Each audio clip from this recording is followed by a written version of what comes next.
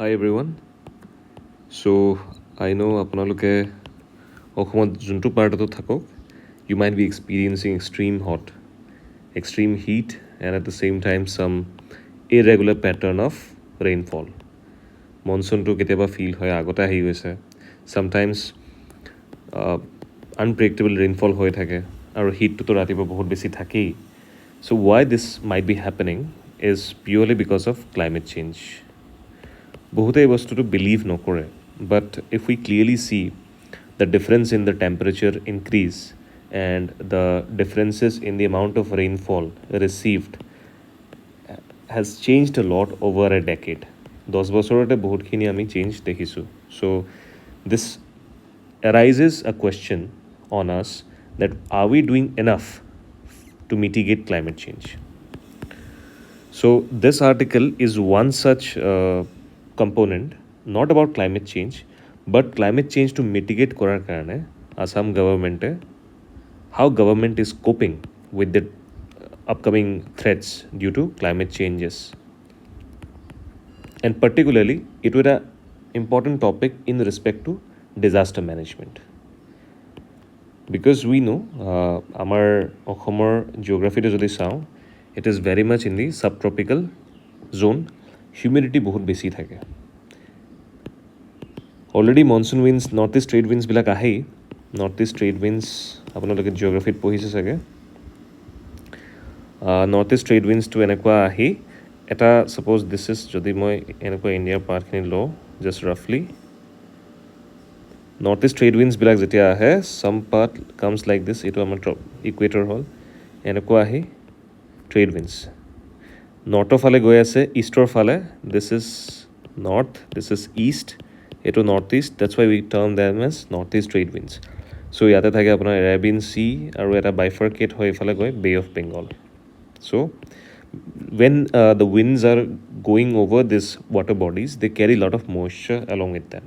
And যেতিয়া এইটো মইশ্চাৰবিলাক ইয়াতে গৈ পায়, due to other phenomena, it results in rainfall. So আমি জানো Assam is placed in subtropical zone and humidity বহুত বেছি. So humidity থাকিলে কি হয়, water content, water vapor content বা সেইটো atmosphere বহুত বেছি থাকে, saturation হৈ যায়, because of which we feel a lot of like uneasiness, right? So hey, winter কাৰণেও rainfall হয়, plus there are other reasons because of which বহুত বেছি যেতিয়া হিট হৈ আছে ছাপ'জ ৰাতিপুৱা, ইভাপৰেশ্যন হয়, ইভাপৰেশ্যন হৈ মেলি ওপৰত গৈ কি বনায়, ক্লাউডছ বনায়. বিকজ যিমান ওপৰত যাব, দিছ ইজ লেণ্ড, পানী বোলে এনেকৈ এনেকৈ ইভাপৰেট হৈ আছে, ৱাটাৰ পাৰ্টিকলছবিলাক ইভাপৰেট হৈ মেলি ওপৰত যাব. অলৰেডি পলিউশ্যন বহুত বেছি আছে গাড়ীৰ কাৰণে, গাড়ী এণ্ড আদাৰ ইণ্ডাষ্ট্ৰিজ বা হিটৰ কাৰণে দেৰ আৰ লট অফ আদাৰ পলিউটেণ্টছ অলছ', আৰু পলিউটেণ্টছবিলাক গৈ মেলি তাতে ক্লাউড ফৰ্মেশ্যন হয়. বিকজ অফ এক্সট্ৰিম হিট সেই পানীবিলাক ইভাপৰেট হৈ মেলি ক্লাউডবিলাকত একিউমুলেট হয়, আৰু ক্লাউডবিলাকৰ এটা লিমিট থাকে, বহুত দেৰিলৈকে সেই পানীটোক ৱেইটটো ধৰি থাকিব নোৱাৰে. যেতিয়া ডেঞ্চিটি বহুত বেছি হৈ যায়, এই ইভাপৰেটেড ৱাটাৰবিলাক ওপৰত গৈ গৈ যেতিয়া ডেঞ্চিটি বহুত বেছি হয়, suddenly it results in rainfall, severe rainfall. So we are not going into the details of geography. You will know much better than what I'm explaining here. Moi just at a basic flow tour garne I have given some insights about that. There are multiple reasons why rainfalls are occurring in this region as well, so we'll cover them in separate videos. But now the importance of this article is to understand how government is coping up. Administrative measures or upor jodi questions ahe, you can use this is a very recent example, government coping with the threat of disaster management, coping with the threat of disaster, aru hetu ki hobo, hetue hobo eta disaster management or eta pathway. Okay, so this can be used as an example.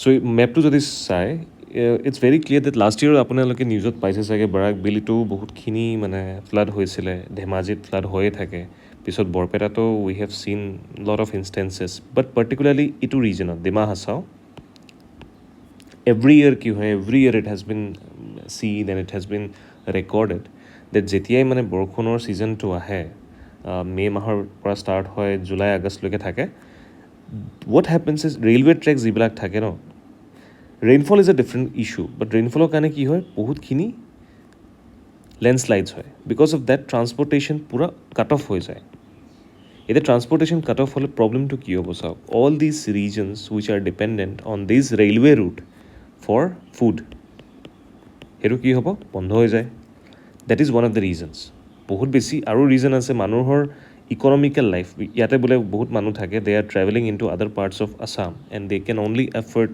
Two go' by road or rail air connectivity নোৱাৰে most of the people they cannot afford air connectivity so naturally they want to proceed to other parts of Assam by road or rail hetu completely blocked hoye jay so that means someone's life is going behind agbahi joa nai ulta piece pori ase mane because they are not getting the economic opportunities that they should have got last year in Barak Valley it was around more than 1 month the complete district was submerged in flood everything was at halt food shortage hoye goisile so because of which this time government is prepared and they will leave no stones to fight any kind of flood issues occurring in any part of Assam so moi etia ei baror juntu amar Assam government budgetor eta excerpt loi anisu jote you will clearly see this is the expenditure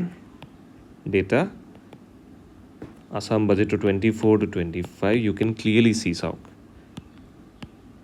if you see that sectors bilak yate likha ase ebilak agor bosoror 22 23 23 24 aru ei bosoror to black color di dekhao this is current year aru red color bilak previous year etu 22 23 this is 23 24 now sectors if you clearly see ero sab torot when you come down here this is your flood control irrigation yate if you clearly mon develop man agore sauk these are all in crores but ami crores to upor likha ase jodio ami just data khini sam and you can quote this data in your answers 22 23 near about 2500 crores 23 24 ot near about 2800 crores aru ekdom ebar ahi sauk if you clearly see 24-25 budget it is 3800 jodi apnar exact data to monot na thake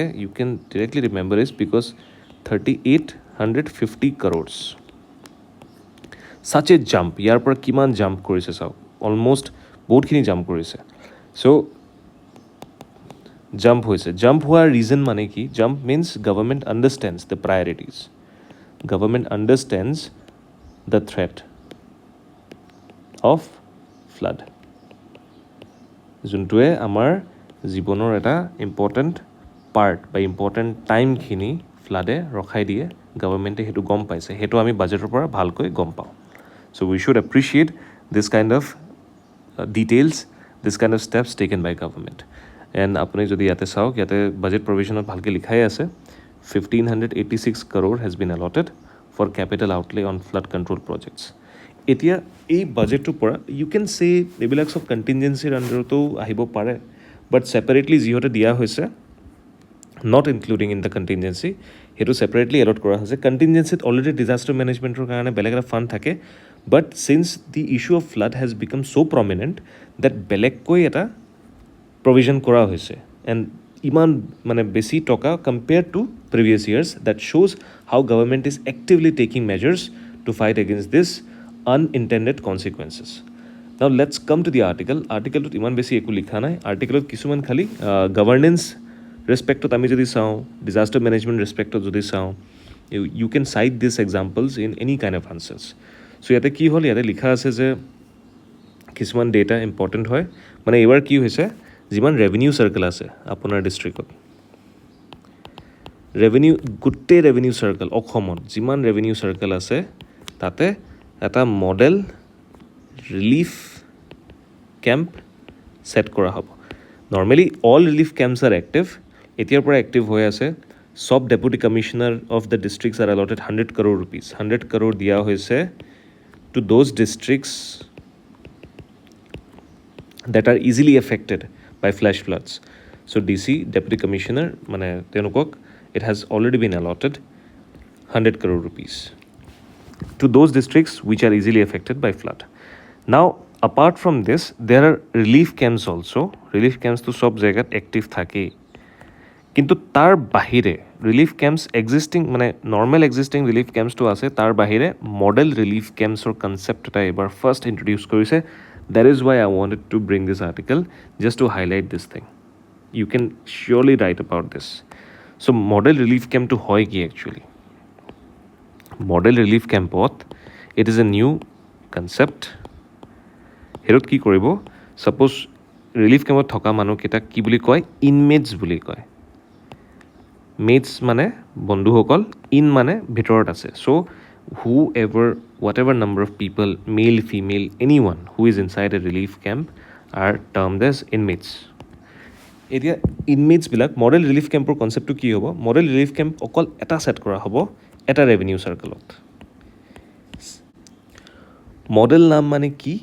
model means it is still in testing phase, experimental ফেজত আছে. So' মডেলৰ কনচেপ্টটো আমি চাওঁ. Model relief কেম্পত কি হ'ব? It has been decided, brainstorm কৰিছে the concerned অফিচাৰ্ছবিলাকে বা পলিচি মেকিং যোনবিলাক কনচাৰ্ণ অথৰিটিজ আছে, they have decided that model relief কনচেপ্টবিলাক কি হ'ব? ছাপ'জ এজন ইনমেট আহিলে, তেওঁৰ লগত তেওঁৰ ফেমিলি আহিলে, ৰাইট? ফেমিলি প্লাছ যদি সেই ইনমেটজন ফাৰ্মিং বা এগ্ৰিকালচাৰত ইনভলভ হৈ আছে, he will or she will bring cattle along with them, right? So এই গোটেইটো এটা ইউনিট হিচাপে ৰেজিষ্টাৰ্ড হ'ব, ওৱান ইউনিট হিচাপে ৰেজিষ্টাৰ্ড হ'ব. চ' what it is trying to do is administrative convenience. তেতিয়া গম পোৱা যাব যে এটা ইউনিটত ছাপ'জ ইমানখিনি মানুহ আছে, it will be easier to locate, মানে ছেপাৰেট নহ'ব. ছাপ'জ এজন মানুহ, তেওঁৰ ফেমিলি, তেওঁৰ কেটেলবিলাক চব এটা ইউনিটকে যদি ধৰা যায়, এলোকেশ্যন অফ ৰিচোৰ্চেছ ভাল হ'ব. তেওঁ সেই ইউনিটটোৰ নামত যদি কিবা খাদ্যৰ বস্তু আহিছে, খানাৰ বস্তু আহিছে, সেইবিলাক প্ৰপাৰলি এল'কেট কৰা যাব, এডমিনিষ্ট্ৰেটিভ কনভিনিয়েঞ্চ হ'ব. নহ'লে কি হয়, যদি ছেপাৰেটলি ৰেজিষ্টাৰ্ড হয় চবৰ নামত, পাৰ্টিকুলাৰলি বস্তুবিলাক ভালকৈ নাহে, ডিষ্ট্ৰিবিউট কৰোঁতে বহুত প্ৰব্লেম হয়. That's Y.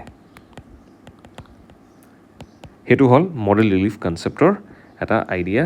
ইয়াতে আপুনি আৰ্টিকেলত চালে ইয়াতে লিখা আছে, ৰিলিফ কেম্পত every inmate along with their cattle will be registered to create a proper database. So database banabo. This is a very important point. You can cite as an example.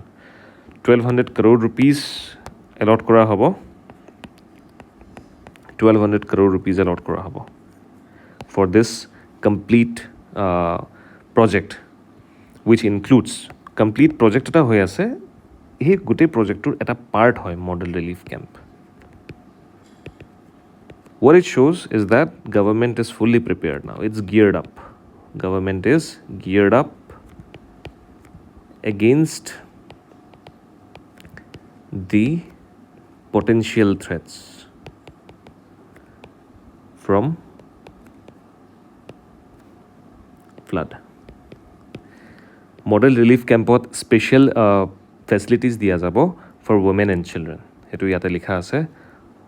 Normally চব relief কেম্পত থাকে, and এইবাৰ গোটেই relief কেম্পবিলাকত বহুতখিনি ভালকৈ সেইটো গুৰুত্ব দিয়া হ'ব. স্পেচিয়েল চিলড্ৰেনছ কনচাৰ্ণছ থাকিব. স্পেচিয়েল চিলড্ৰেনছ মানে স্পেচিয়েলি এবল্ড আমাৰ বাচ্চাবিলাক থাকে, তেওঁলোককো বহুত বেছি কনচাৰ্ণ দিয়া হ'ব. ছেপাৰেট প্লেচ থাকিব প্ৰেগনেণ্ট ৱমেনৰ কাৰণে. ইট ইজ ইম্পৰ্টেণ্ট, যদি সেই যেতিয়া ফ্লাডটো আহিছে, সেই যেতিয়া ডিজাষ্টাৰটো আহিছে, তেতিয়া যদি প্ৰেগনেণ্ট এগৰাকী মহিলা থাকে, ইটছ ভেৰি ইম্পৰ্টেণ্ট ডেট তেওঁৰ ভালকৈ মানে যিহঁতে her health remains safe, she is not contracting any infection. That's why it is important to keep them separated in isolated chambers with proper facility.